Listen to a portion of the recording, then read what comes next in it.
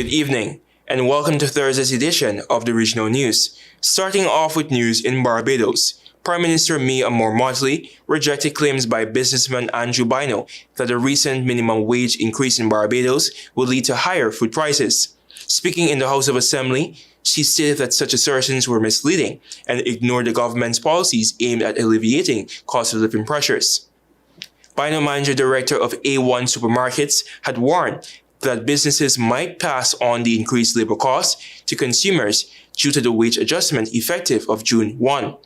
Mottley countered that businesses did not lower prices when corporate taxes were significantly reduced, suggesting that they could adjust profit margins instead, and I quote, "I completely reject the assertions that food prices must increase because of the minimum wage," she said, noting the government's efforts to absorb freight costs and support the economy during global instability. Mottley emphasized that rising minimum wage should not automatically mean higher food prices.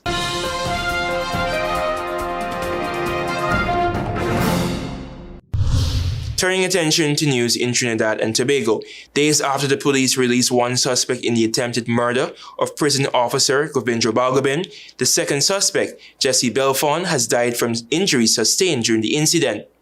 Belfon, believed to have been the shooter, was critically injured after being thrown from the getaway car. Authorities are now searching for a third suspect identified on the scene. Balgobin, 38, was ambushed and shot multiple times on June 20 while driving on Orange Grove Road. He is currently hospitalized with serious injuries, including fractures, and is awaiting hip replacement surgery. The attack may be linked to a previous altercation involving a relative of an inmate at the prison where Balgobin works.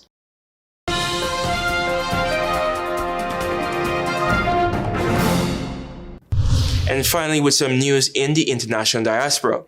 Israel has halted aid in northern Gaza, but continues to allow it from the south, according to officials. Prime Minister Benjamin Netanyahu ordered the military to devise a plan to prevent Hamas from seizing aid following a report and a video showing masked men on aid trucks.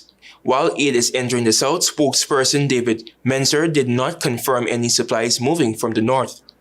The Gaza Humanitarian Foundation, supported by the US and Israel, stated it was the only organization allowed to distribute food on Thursday. A spokesperson stated that the foundation was exempt from a 2-day suspension of humanitarian aid deliveries. The Israeli Prime Minister's office and Defense Ministry did not comment.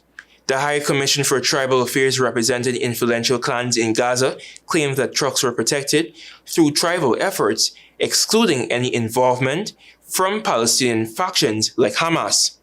Hamas, which has ruled Gaza for over 2 decades, but now controls only parts after ongoing conflict with Israel, denied any participation. Thank you all for watching. I'm Antonio Day. Goodbye for now.